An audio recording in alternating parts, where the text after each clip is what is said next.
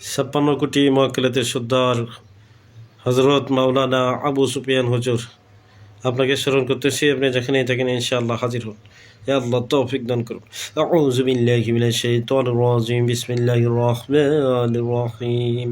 কুল উহিয়া ইলাইয়া আন্নাহু ইসতামা'a নাফারun মিনাল জিন্নি فقالوا إنا سمينا قرآنا نجمع إلى الرسل فآمنا به لن نشرك بربنا أحدا وأنه تعالى جد ربنا ما اتخذ صاحبة ولا ولدا وأنهم يقولون سفيهون على الله شططا وأنا ظننا لن تكون الإنس والجن على الله كذبا. خذ الشو بسم الله الله.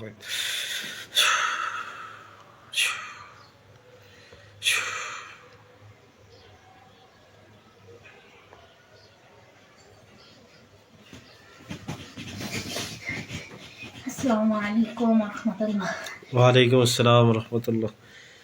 হুজুর ভালো আছেন? আলহামদুলিল্লাহ। হুজুর ভালো আছেন? আলহামদুলিল্লাহ ভালো আছি।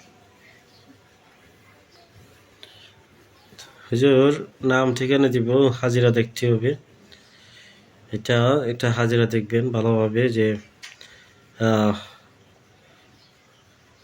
স্বামী স্ত্রীর মধ্যে ঝামেলা। তা স্ত্রীর কাছে নানান মহিলা এসে বিচার দেয় যে তার স্বামী পরকীয়া করে। তো এটা দেখবেন যে এটা কতটুকু সত্য। তার ওয়াইফে দেখতে চাইতেছে। ওনার নাম বিপ্লব মিয়া, বাবা মুজিবুর রহমান, মা মমতাজ।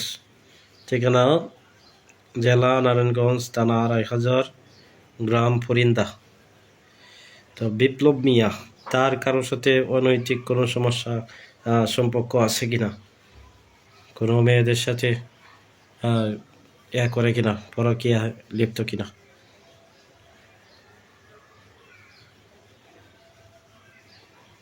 যে সত্য না মিথ্যা, অনেক সময় কিন্তু ভুলও বলতে পারে।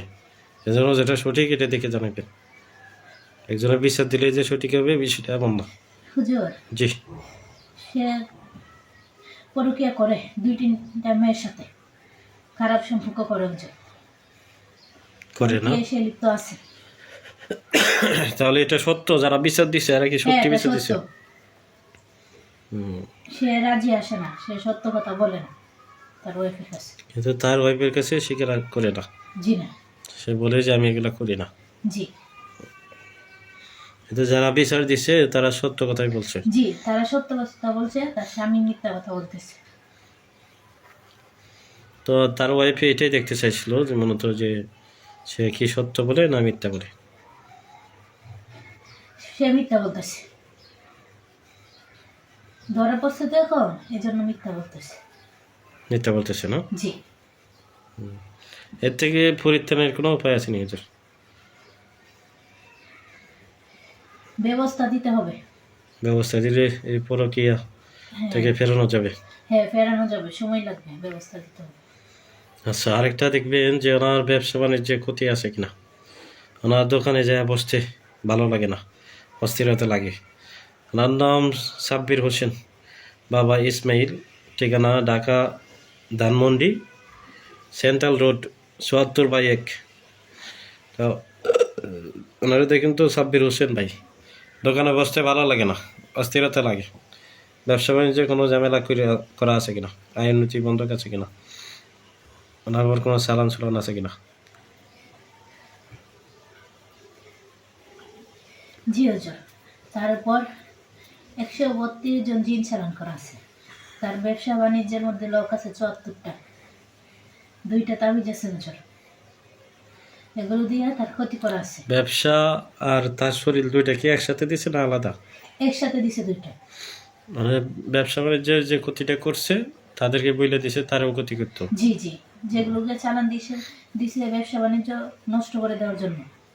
হ্যাঁ, তাদেরকে বইলা দেওয়া হয়েছে তার শরীরের জন্য ক্ষতি করে, তার যেন ভালো না লাগে কাজ করতে, দোকানে বসতে যেন ভালো না লাগে, অন্য কাজে যাতে সে মনোযোগ থাকে, এই কাজে যেন মনোযোগ না দেয়, তার ব্যবসা বাণিজ্য যেন দিন দিনে কি শেষ হতে থাকে, এরকম আর কি। ব্যবসাতে তো খরিদ্দার আসে না, বেচা কিনা কম। এগুলো করা আছে তো, বন্দিশ লাগানো আছে না। তো কি এরকম চালান দিল? এটার মধ্যে তান্ত্রিক জিন চালান দেওয়া হয়েছে, মুয়াক্কেল চালান দেওয়া হয়েছে। তান্ত্রিক জিন ওয়াকিল সালাম। জি, তার বাড়িতে অনেক দিন ধরে করে রাখছে। তার বাড়িতেও কি কোনো সমস্যা আছে বাসাতে? বাসাতে কোনো সমস্যা করা নাই, দোকানে সমস্যা করা আছে, কিন্তু সে যখন বাসায় যায় জিনগুলো তার সাথে যায়, গিয়ে তার সমস্যা করে, বাসায় কিছু সমস্যা করে। বাসায় যে লোকজন আছে তাদেরকে কিছু ঝামেলা করে? না না, লোকজনকে না, খালি ওনারই করে? ওনাকেই করে। মোট কথা হয়েছে সে যেদিকে যায় তার সাথে যায় এরা। হ্যাঁ হ্যাঁ, তার সাথে যায়। তো এটা কে বা কারা করলো? অন্য দোকানদারি করছে হুজুর, আর আশেপাশের লোকজনই করছে। আচ্ছা যাক, ঠিক আছে, তো বুঝতে পারলাম। আচ্ছা, আজান দিতেছে, আমি বিদায় দিয়ে দিব জোর।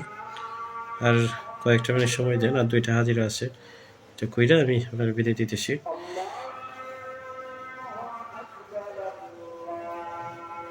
ওখানে একটা হাজিরা করবেন যে তার ওয়াইফের সাথে 3 মাস ধরে যোগাযোগ নাই, নিখোঁজ। তার ওয়াইফের সাথে যোগাযোগ নাই, নিখোঁজ। সে কী অবস্থায় আছে, কীভাবে আছে দেখবেন। ওনার নাম নাসরিন আক্তার, মা জুলেখা আক্তার। হ্যাঁ, জুলেখা খাতুন, ঠিকানা ময়মনসিং, থানা তারাকান্দা, গ্রাম তিস্তা। ওনার হাজব্যান্ডের নাম মাসুদ মিয়া, বাবা চান মিয়া, একই ঠিকানা, ময়মনসিং তারাকান্দা, বালকি গ্রাম।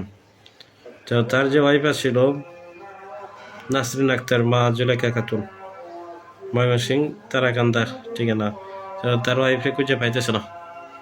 তার ওয়াইফ কী অবস্থায় আছে, 3 মাস ধরে যোগাযোগ নাই। জি, সে ভালো আছে, সে তার বাবা মার কাছে আছে, এবং সে তার সংসার আর করবে না, তার জন্য তার সাথে যোগাযোগ করে না, অন্য আরেকটা ছেলের সাথে সম্পর্ক করে। আরেকটা ছেলের সাথে সম্পর্ক করে ওই ছেলের সাথে আসেনি?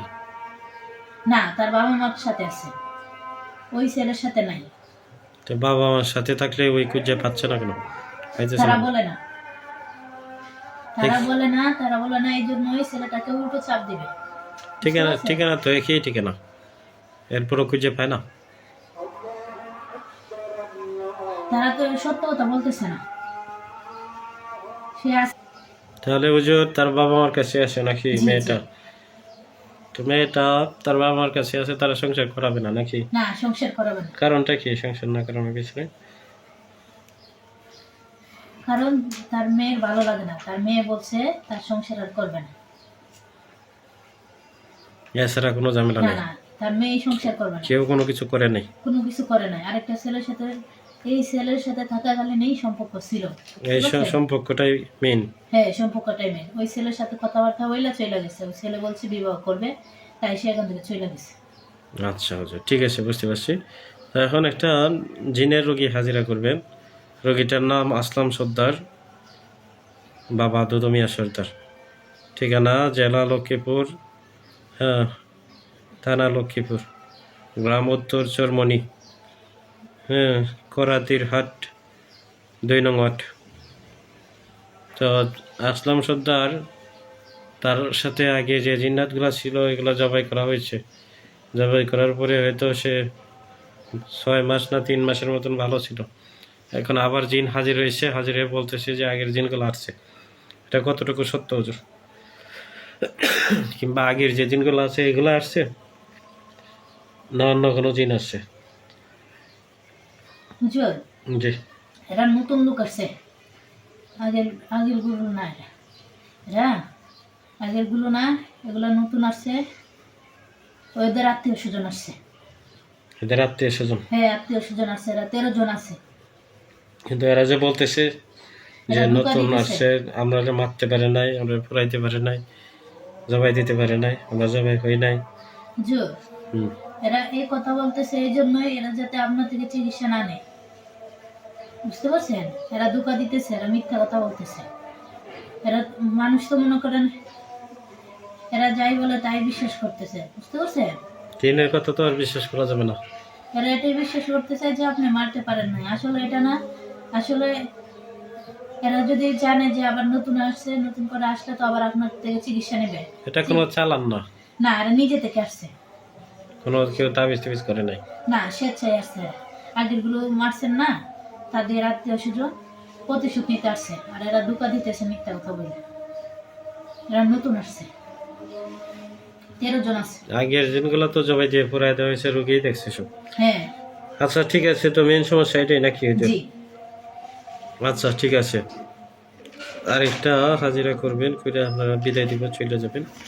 এটা দেখবেন হচ্ছে ওনার নাম, স্বামী স্ত্রীর মধ্যে কি ঝামেলা দেখবেন। ওনার নাম রিয়াদুল হাওলাদার, বাবা নূর মোহাম্মদ হাওলাদার, মা ফাতেমা। হ্যাঁ, ওনার ওয়াইফের নাম সঞ্জিদা, মা শামসুল ইসলাম, বাবা শামসুল ইসলাম চৌধুরী, মা শামসুন নাহার। হ্যাঁ, এটা নামের উপরে দেখেন হুজুর, এটা দেখবেন যে তাদের স্বামী স্ত্রীর মধ্যে ঝামেলা। তার স্বামী তার ওয়াইফরে করে না, কথাবার্তা শোনে না, তারপরে ওয়াইফের ভরণ পোষণ করে না, তারপরে নানান এক অপকর্ম। জি তার স্বামী আরেকটা মহিলার সাথে জি কথাবার্তা বলে আর একটা মহিলার সাথে সম্পর্ক আছে। ওই মহিলাকে বিবাহ করবে এবং তাকে কি টাকা পয়সাও দিতেছে। জি ওই দিক দিয়ে টান, এই দিক দিয়ে টান নাই। আর ওই মহিলাটা তার স্বামীকে বশীকরণ করছে, হুজুর। বশীকরণ কইরা জি তার দিক টানতেছে। তো এই দিক থেকে স্বামী স্ত্রী মিল মহব্বত যাতে না থাকে এরকম তদবির করা হয়েছে। তার জন্য স্বামী স্ত্রীর মধ্যে মিল মহব্বত নাই, ঝগড়া লেগেই থাকে। যেগুলো লাগে কথা শোনে না। না না, কথা শোনে না। একটা কথা বললে মাথায় রাগ উঠে যায়, এরকম আর কি। সম্পর্ক বিচ্ছেদ করানোর জন্য করছে তো। এটাই মেন ঝামেলা নাকি? জি জি, ওই মহিলাটা এগুলো করাইতেছে। এছাড়া তার স্বামী ভালোই ছিল আগে। জি আচ্ছা হুজুর ঠিক আছে, আপনি চলে যান, বুঝতে পারছি। জি, আসসালামু আলাইকুম ওয়া রাহমাতুল্লাহ। ওয়ালাইকুম আসসালাম ওয়া রাহমাতুল্লাহ।